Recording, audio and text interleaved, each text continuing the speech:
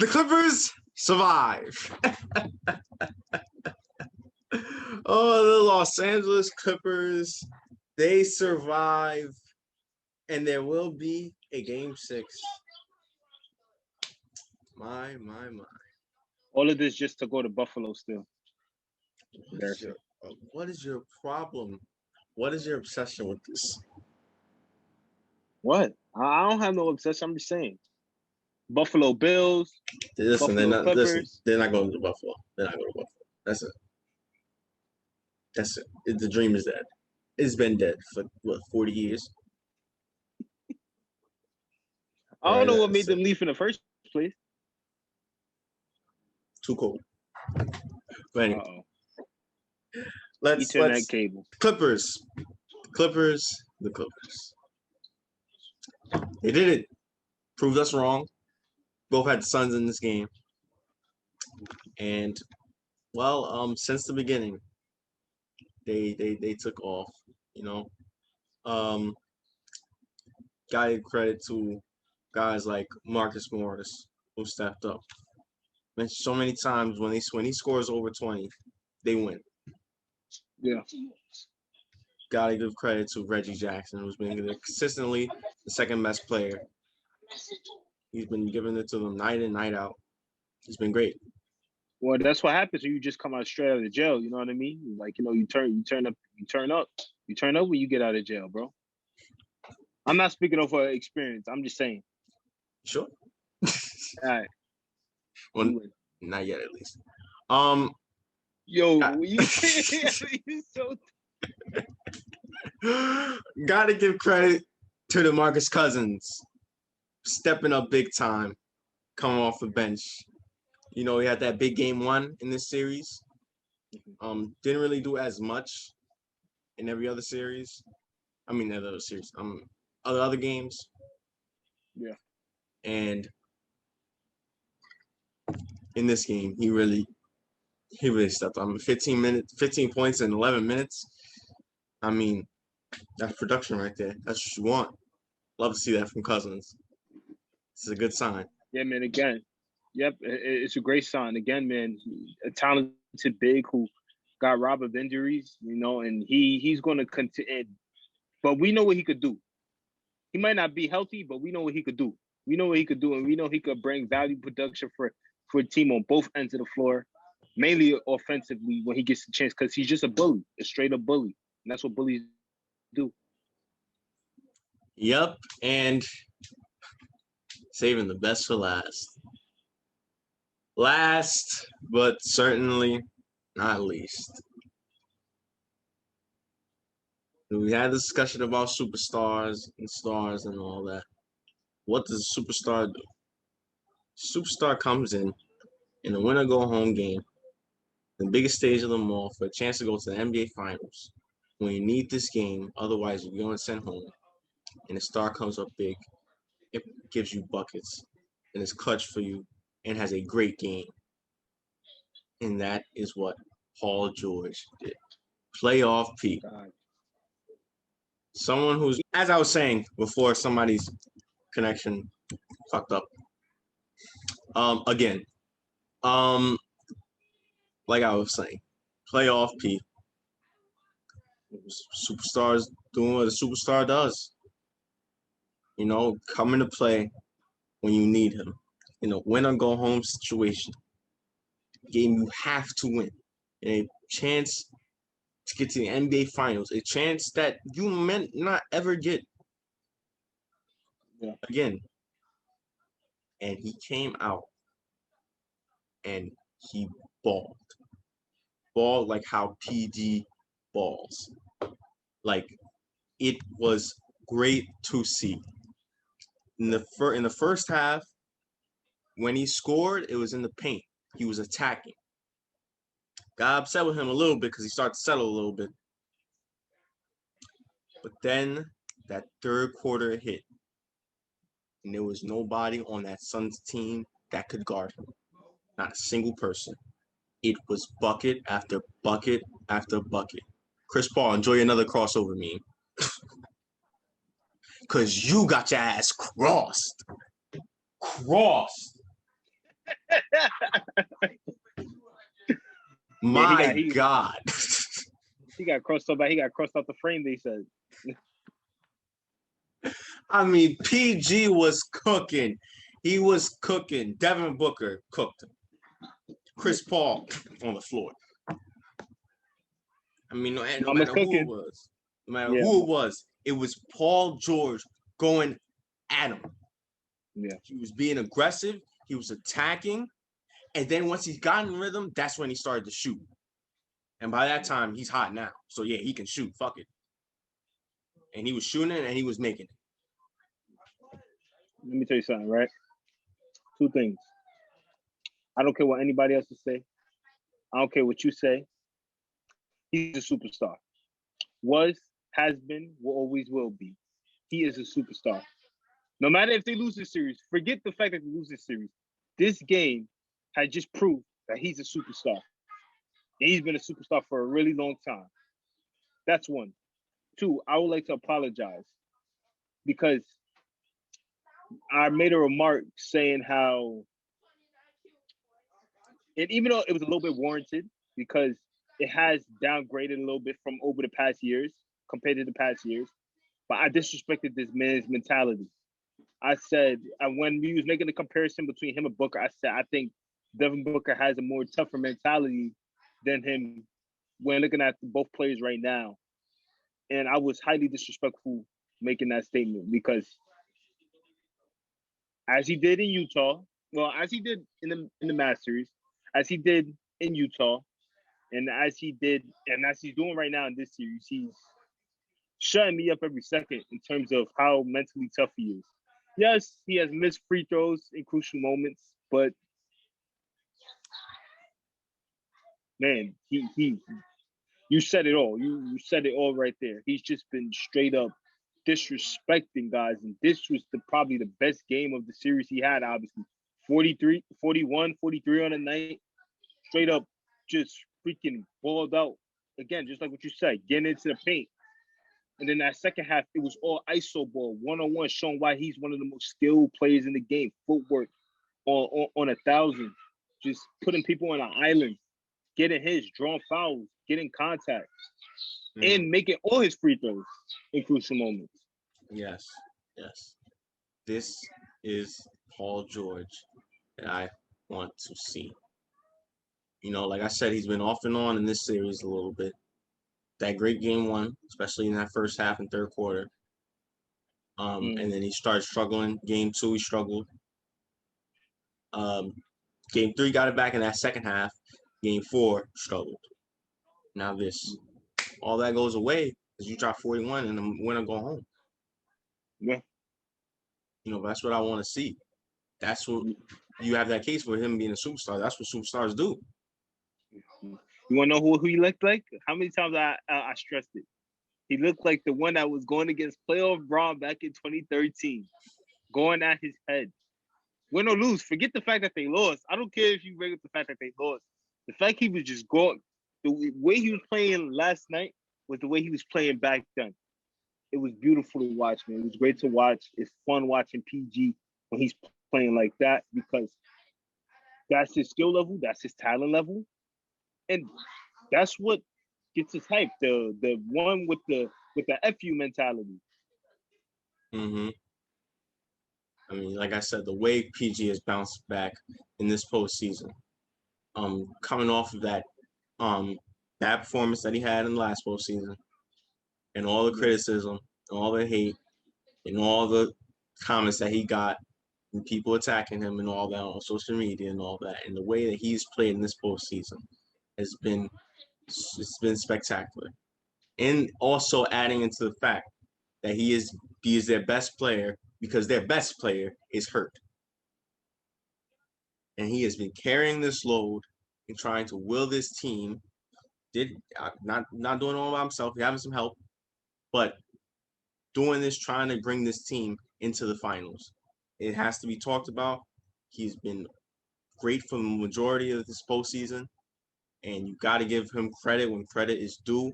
And he has stepped up in big situations and in big time moments when he has needed to. We've seen it in Game 5 against the Jazz.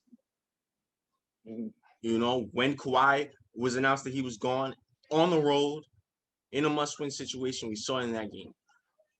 Saw in game 6, even though that was a Terrence Mann game, but he stepped up as well. And we're seeing it now in game 5, down 3-1. This needs to be talked about. This is what I want to see from PG. No question. And speaking of that, best player, he needs to put on a knee brace to get up in the game now. It's time. All that load managing to try to get back is done for. We need you to put on that knee brace, get back in there. They need you now. Paul George has started it. Now it's time for both of y'all together to finish it. Let's get to it. Let's get to it. Time to put in that knee. No time to be staying quiet with that stoic look. Like, no, like, it's time to get back in the game. Listen, Kawhi, take your time, brother. Take his time. They still down in the series. You don't want to rush an injury. Well, I run the rest of this injury. He's been doing this long enough. You rush an injury, you get a Kevin Durant situation. You rush an injury, you get Anthony Davis situation. Don't want to rush an injury. Well, AD's weak in terms of his body. Yeah, his body is kind of fragile. That's true. Exactly. Kevin Durant, I'm not. And Kevin Durant, I'm not worried. He's still the second best player in the world at 50%, so it don't matter. But hey, Kawhi, I would love to see you back. You know, but if it's less than 80%, don't come back. If it's less than 85%, don't come back. Look, man, they talked about this controversy with him and the Spurs, and look what happened. He left. There we go. Yep, and what happened when he left? Oh, yeah. Okay. As for the Suns, just real quick, because we didn't talk that much about them. It wasn't a blowout. It looked like it was going to be in the beginning, but they fought hard. They got back into this game. This made this game competitive. That was off the strength of guys like Devin Booker, who had his finally, because he's been struggling as well, ever since game 1. Yeah. He was struggling a little bit as well. He stepped up again. Chris Paul, after that bad performance in game 3 and a bad performance in game 4, finally looking like, yeah, he's getting his groove back besides getting crossed up. Cam Johnson also had some big shots down the stretch and played great for them down the stretch. And it was great. It was very close game in that fourth quarter. I mean, they cut it to within 4. And then, Clippers, Paul George, closed it out. They ended it. Yeah. The Clippers went on their run, and the Suns went cold. There was a couple of shots that they were taking that were good shots, contested shots, and also shots at the rim that just didn't fall for them. Like Devin Booker got to the rim a couple of times, didn't go in. Great defense by the Clippers, by the way, because they contested that a great amount of time. Yeah. And you talk about Chris Paul. Sometimes he saw, like, you know, in terms of NBA sizes, he's so small. He throwing up stuff and, like, you know, you think he's gonna make it, but it's just way off. So it was a tough night. And Ayton bounced back, please. Yeah, Ayton didn't have his best performance, so to speak. Still he wasn't terrible, but he was still. It just wasn't you know, what he's been playing like in the postseason. But give credit to the Clippers. Give credit to Paul George. 41 points in a win-or-go-home situation for the Clippers, and they get the win and get the forcing of Game 6, and now they will go back to LA. That is big. They're going back to LA off of this win. Suns still hold series lead 3-2. All they need to do is just win one game. Will it happen? Will it happen? Will the Clippers do something that's been done to them twice? Could they win three straight games in a row? I don't know. Could the Suns win in one game just to advance? I don't know. Let's find out. Yep, let's find out. But all right. I don't think there's any news, right, John? There's no news. So let's just get into predictions for tonight's Eastern Conference Finals, Game 4. TNT 8:30 after Chris Middleton's amazing performance in that fourth quarter. The Bucks look to steal home court from this Atlanta Hawks team. Hawks look to even up the series. Trae Young, coming off that injury, is questionable. He's listed questionable to play. I think he will play, but he's questionable. So, Ja, what do you have? If he's not playing, unfortunately, I got to go with the Bucks. If he is playing, I got to pick Special Agent Trae. Special Agent Trae, going with Special Agent K, not Special Agent Trae. Yeah, but he already has a nickname, though. So Ice Trae. Yeah. Ice Trae. Well, give him two. Yep. Give him two. Gilbert Arenas has two, so. Yep. But and I tell you why. Like, again, you had them going in 7, so you got no choice but to pick them again at least. But do I? But I know I said how you have them going in 7. So. I said, but do I? I mean, one, things have changed the situation. Yeah. Trae Young is playing hurt. But two, I mean, 3-1's not 3-0. Yeah. Oh yeah. No, most definitely. No. I'm not losing faith or anything. I'm not saying anything like that. I'm just saying, like, if you did lose faith, it wouldn't be the first time. Because I remember when the Nuggets and the Jazz played, and this was the bubble. First round series, by the way, when the Jazz were up 3-1. Any of you don't remember the legendary series, Donovan Mitchell, Jamal Murray. But I remember you vividly screaming, "That shit is over. That series over." And I was the one that calmed you down and said, "This is 3-1. The Nuggets can still win this series." And I picked the Nuggets to still win the series after being down 3-1. You was the one that flip-flopped like you always do.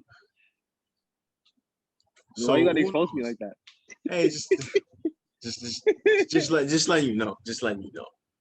Yeah, you right. I have flip flopped before. I have panicked in moments, and that's me personally. But I still got faith that Trae Young, if he's playing, that Trae Young and the Hawks could pull out a win on their home floor. I feel like they're making this series competitive, regardless of how the series ends. They're making this series competitive, and I feel like they could keep up and win another game. Yep, that's what I think too. So I got the Hawks. I hope Trae Young's playing. I hope not only that he's playing. I hope he's able to do most of the stuff that he's able to do. If he's playing and he's clearly not able to do the things that he's able to do, then why is he playing? Exactly. It makes no sense. Exactly. In that case, rest him and have him play in Game 5. Obviously, that's a win and go home. Obviously, you want your best player out there on Game 4 in a must-win game. But you got to think of the future. You got to think of the health of this is your franchise player. Don't want to be stupid. So if he's not able to do the things that he's able to do, you have to sit him. But hopefully he is able to, and hopefully he plays to mostly his full capacity, because I don't think he's going to be able to play at full capacity. Yeah. Well, hey, we'll see what happens. Game 4 tonight, 8:30 on TNT. All right, Ja. Let's wrap things up. Final thoughts. PG, I'm just happy for you, man. I'm just so happy. After all the things that they said, that I said personally, a little bit, even though I didn't hate on you, of course, like most did. But I did say some harsh things about you. I will admit that. It's so happy to see you here. You're not an average player, you're not a trash player, or you're not all right, like what certain people have been saying, but you're a legend. In my opinion, I feel like you're a Hall of Famer. No, he's a Hall of Famer. It's not an opinion. He's a Hall of Famer. Well, other stupid guys, someone says PG's not a Hall of Famer. The hell, you don't watch basketball? Come on, man. Hey man, some people that we know closely might say he's not a Hall of Fame, so like just be careful. Paul George's a Hall Like of Fame. yeah. But yeah, but we know how it is, and we know how these past 2 years have been for you. Well, 2019 was an embarrassing moment a little bit because of what you said after Dame shot, and you know he's playing through injury. But last year, you know how difficult that was for you, and how much you have bounced back from there, and you just happy to see you play at this level, this superstar level that we know that you are. Yep. It's just great to see PG taking all that criticism when he has great games like this. That's why I get so upset when he not, playing to his full potential. That's why I get upset when he settles for those jump shots. Because I see what he can do. I've seen it. Yeah. Hey man, don't forget. You remember what happened when I would criticize the bro for taking jump shots and not making it, and what happened? Hey, be careful now. He made the jump shots now this game. Paul George made the jump shots because he got in rhythm and he was attacking first. He was finishing first. And now once he's in rhythm, he's going to make those jump shots. So I didn't care that he was taking contested jump shots or a late contest jump shots for guys near him and all that. Because he has the confidence now. He's in rhythm. Yeah. And he needed that. And that's I'm fine with that. And that's what I wanted to see. So yeah. Playoff PG, great performance, and keeping the Clippers alive for at least another game. At least until y'all make it to Buffalo, please. Oh my God! All right, please let's go. All that being said, thank you guys for watching today's podcast. Make sure you tune into tomorrow's podcast. Make sure you like, share, subscribe, comment, support channel, give us feedback, all that good stuff. And also follow IG and TikTok down in the description below. And once again, I'm Evan. I'm Ja. This is My Basketball Podcast. Conference Finals Playoffs Edition. Conference Finals Playoffs Edition.